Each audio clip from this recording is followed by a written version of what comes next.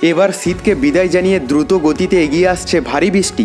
গত কয়েকদিন ধরে পরিষ্কার আকাশ থাকলেও এবার কিন্তু বড়সড় দুর্যোগ ঘনিয়ে আসছে বাংলার বুকে।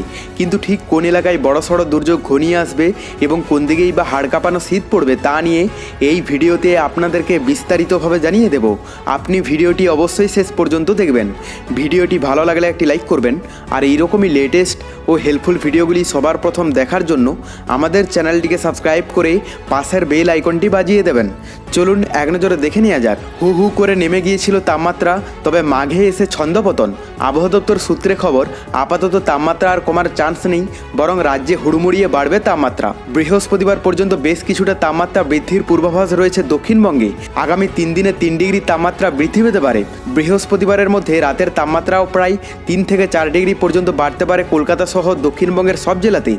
চলতি সপ্তাহে স্বাভাবিকের উপরেই তাপমাত্রা থাকবে। আপাতত পশ্চিমের জেলাগুলিতে এই সময় সর্বনিম্ন তাপমাত্রা 10 থেকে 13 ডিগ্রি সেলসিয়াসের মধ্যে থাকতে পারে।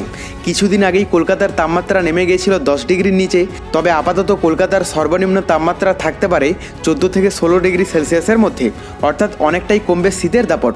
আবহাওয়াবিদরা জানিয়েছে, একের পর এক পশ্চিমী ঝঞ্ঝার প্রভাবেই তাপমাত্রা বাড়ছে। দক্ষিণবঙ্গের হুগলি, পূর্ব বর্ধমান, পশ্চিম বর্ধমান, বীরভূম, মুর্শিদাবাদ, নদিয়া, উত্তর 24 পরগনায় কুয়াশার অধিক প্রভাব লক্ষ্য করা যাবে। পাশাপাশি উত্তরবঙ্গে এখনও ভালোই ঠান্ডা রয়েছে, কনকনে শীত রয়েছে পার্বত্য এলাকায়। তাপমাত্রার বিশেষ হেরফের হওয়ার সম্ভাবনা নেই চলতি সপ্তাহে। আপাতত স্বাভাবিকের কাছাকাছি থাকবে তাপমাত্রা। দার্জিলিং, জলপাইগুড়ি, কোচবিহার, উত্তর দিনাজপুর, দক্ষিণ দিনাজপুর এবং মালদহে ঘন কুয়াশার সম্ভাবনা রয়েছে। তো এরপর আমরা যদি লাইভে বৃষ্টির খবরটা দেখে নিই, এখানে যা দেখতে পাওয়া যাচ্ছে আজ সকালের দিকটাতে, প্রথমে আমরা যদি পশ্চিমবঙ্গের দক্ষিণবঙ্গের এলাকাগুলো দিয়ে স্টার্ট করি, এখানে কলকাতা সহ হুগলি, বর্ধমান, বোলপুর, আসানসোল, পুরুলিয়া, বাঁকুড়া, এদিকে জামশেদপুর, চাকুলিয়া, খড়গপুর, মেদিনীপুর, মোটামুটি দক্ষিণবঙ্গের বেশিরভাগ এলাকাতেই পরিষ্কার আবহাওয়া দেখা যাচ্ছে, কোথাও দুর্যোগপূর্ণ আবহাওয়া নেই। কিন্তু আমরা যদি উত্তরবঙ্গের আপডেটটা দেখি, তো এখানে দার্জিলিংয়ে বৃষ্টির সম্ভাবনা রয়েছে, যদিও পরিমাণে অনেকটাই কম। তবে কালিম্পং, কার্শিয়ং, শিলিগুড়ি, জলপাইগুড়ি, আলিপুরদুয়ার, কোচবিহার এই সমস্ত এলাকাগুলোতে কিন্তু সম্পূর্ণই পরিষ্কার আবহাওয়া থাকবে। আর বাংলাদেশের যদি কোথায় চলে আসে, এখানে সমুদ্র উপকূলবর্তী এলাকার মধ্যে কোথাও সেই রকম দুর্যোগপূর্ণ আবহাওয়া নেই। ভিতরের এলাকার মধ্যেও কিন্তু কোথাও বৃষ্টির সম্ভাবনা দেখতে পাওয়া যাচ্ছে না। মানে আজ পশ্চিমবঙ্গ সহ বাংলাদেশে সমস্ত এলাকাতে পরিষ্কার আবহাওয়া থাকবে সকালের দিকটাতে। দুপুরের দিকেও একই দেখা যাচ্ছে, খুব একটা চেঞ্জেস নেই। আর রাতের দিকেও কোনোরকম পরিবর্তন দেখতে পাওয়া যাচ্ছে না। কিন্তু আমরা যদি মেঘলা আকাশটা দেখে নিই, তাহলে আমরা দেখতে পাবো যে বৃষ্টির সম্ভাবনা না থাকলেও কোথাও কি মেঘলা আকাশ থাকতে পারে। তো দক্ষিণবঙ্গের সেই রকম কোথাও মেঘলা আকাশ নেই। কলকাতা থেকে শুরু করে সমস্ত দক্ষিণবঙ্গের আবহাওয়ায় পরিষ্কার দেখতে পাওয়া যাচ্ছে। তবে উত্তরবঙ্গের দার্জিলিং, কালিম্পং এবং কার্শিয়ংয়ে প্রভাব পড়তে দেখতে পাওয়া যাচ্ছে মেঘলা আকাশের, যদিও এখান থেকে বৃষ্টির সম্ভাবনা নেই বললেই চলে। তবে বাদবাকি জলপাইগুড়ি, আলিপুরদুয়ার, কোচবিহার এগুলোতে কিন্তু সম্পূর্ণই পরিষ্কার আবহাওয়া থাকবে, বিশেষ করে সকালের দিকটাতে।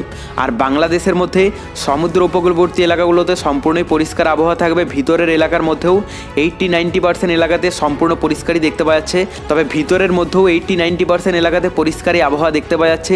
কিছু কিছু এলাকা আছে যেগুলোতে বিক্ষিপ্ত হারে মেঘলা আকাশ থাকবে। তার মধ্যে এখানে গাইবান্ধাতে হালকা মেঘের একটা স্পট পড়তে দেখতে পাওয়া যাচ্ছে। আর বাদবাকি এখানে সুনামগঞ্জ, জামালগঞ্জ এগুলোতে কিন্তু হালকা মেঘলা আকাশ থাকবে। দুপুরের দিকটা আমরা যদি দেখে নিই, তো দুপুরের দিকের মধ্যে দক্ষিণবঙ্গের কোথাও সেই রকম মেঘলা আকাশ নেই। শুধুমাত্র উত্তরবঙ্গের আবহাওয়াতেই মেঘলা আকাশ দেখতে পাওয়া যাচ্ছে সকাল এবং দুপুরের দিকটাতে, বিশেষ করে দার্জিলিং, কালিম্পং, কার্শিয়ংয়ে।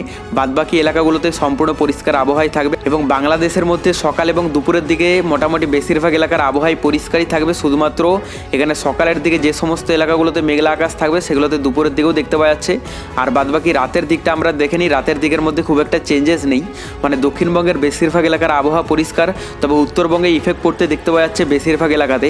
রাতের দিকে উত্তরবঙ্গের দার্জিলিং থেকে শুরু করে কালিম্পং, কার্শিয়ং, আলিপুরদুয়ার, কোচবিহার, জলপাইগুড়ি সমস্ত এলাকাতেই কিন্তু মোটামুটি মেঘলা আকাশই থাকবে। আর বাংলাদেশের মধ্যে বেশিরভাগ এলাকার আবহাওয়াই পরিষ্কার থাকবে। শুধুমাত্র এখানে পাবনাতে কিছুটা হালকা মেঘলা আকাশ দেখতে পাওয়া যাচ্ছে, বাদবাকি এখানে শিলংয়ে ইফেক্ট পড়বে।